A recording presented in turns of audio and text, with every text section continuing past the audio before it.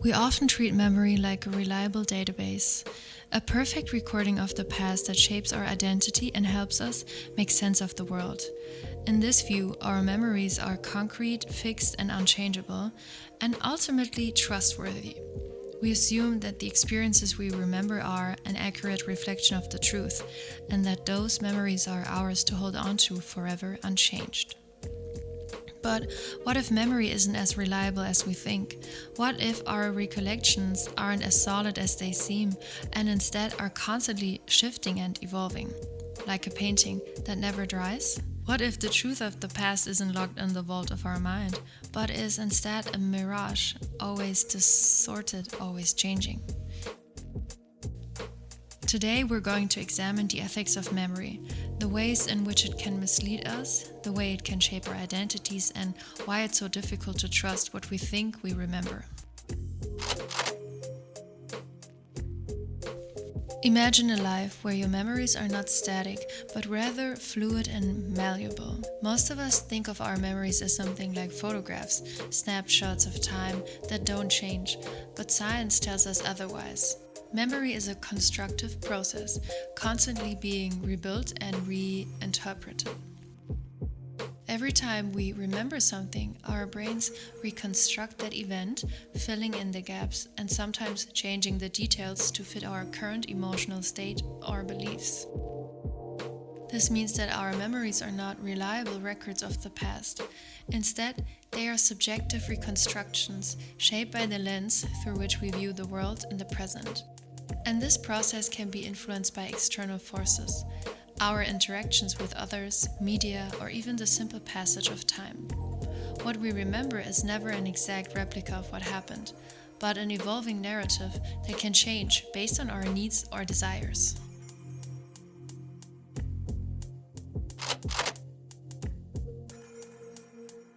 One of the most fascinating examples of memory's malleability, I don't know how to pronounce the word, comes from a study by psychologist Dr. Elisabeth Loftus.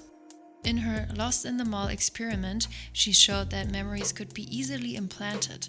In the study, Loftus convinced participants that they had been lost in a shopping mall as children, despite the fact that it never happened. The experience mixed real memories of childhood with a fabricated story, and remarkably, about 1/3 of participants later remembered being lost in the mall, details and all. What's chilling about this is that it reveals how easily our memories can be distorted or fabricated, even by well-meaning people. Our minds are not infallible and they can be tricked by mere suggestions. In a sense, we all walk around with a set of memories that may not even be our own. And the scariest part, we don't even know when they are false.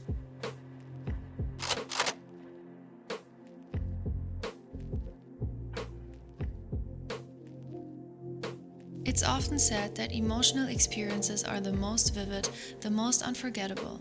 But in reality, it's not the emotion that guarantees the accuracy of the memory. It's the emotional charge that distorts the details.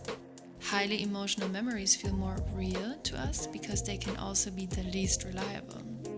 When we experience something intensely emotional, whether it's happiness, sadness, or fear, our brain is less focused on the fine details and more on the overarching feelings.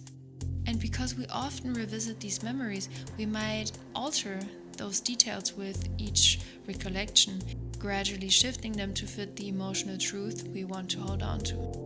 For instance, a traumatic event may become more intense in our mind with each retelling, even if the facts of the event haven't changed at all.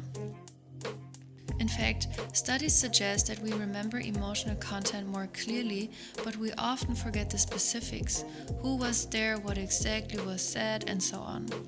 Over time, the details are filled in with plausible information, creating a version of the past that's more about how we feel than what actually happened.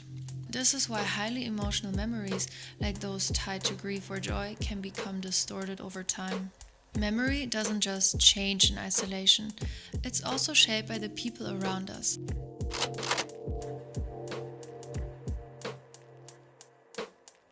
This phenomenon, known as memory conformity, occurs when our recollection of events are influenced by the memories of others. It's a psychological effect that happens naturally when we discuss past events with others, and we often end up recalling details that align with someone else's version, even if it is inaccurate. In one study, participants watched a video of a crime and later discussed it with others.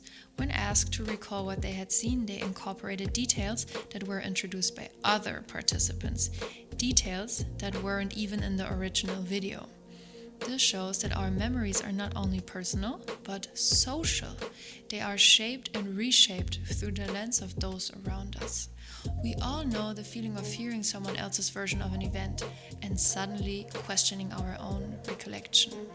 This is a natural effect of memory conformity, and it shows just how easily our sense of the past can be manipulated by the people we interact with.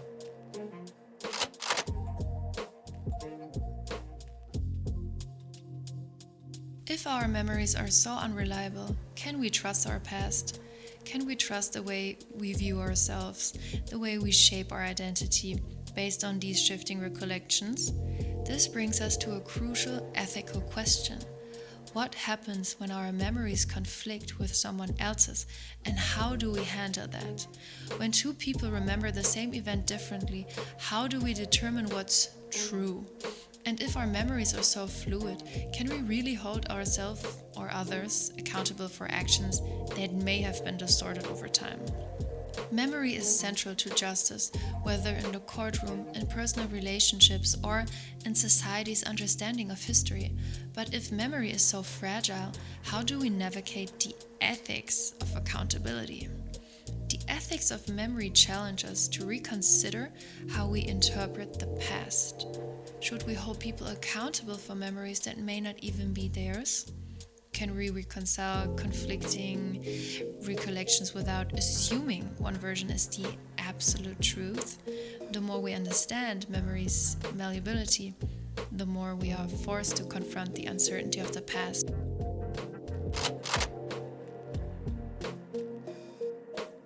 It's also worth noting that while our memories can be distorted, there is such a thing as forgetting too much. In our fast-paced world, we often try to push unpleasant memories out of our minds, pretending they never happened. But what if forgetting is just as harmful as distorting the truth?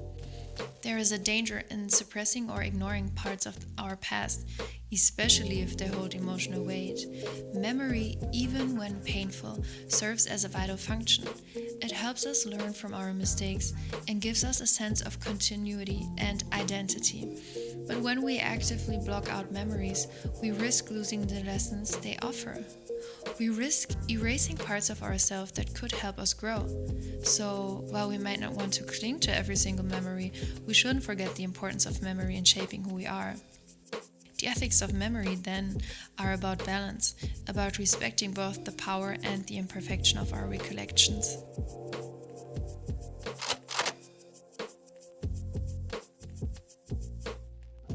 Ultimately, our memories are not flawless recordings of the past, but living, breathing entities that evolve with us over time.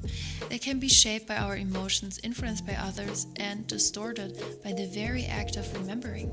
But that doesn't mean they're worthless. In fact, it's the imperfection of memory that makes it so fascinating to me. It reminds us that we are not defined by a static, unchangeable past, but by a constantly evolving present. Our memories are not the final word. They are part of the ongoing story of who we are right now. The challenge then is not to seek a perfect recollection of the past, but to accept its fluidity and embrace the complexity of our memories as we continue to grow and change.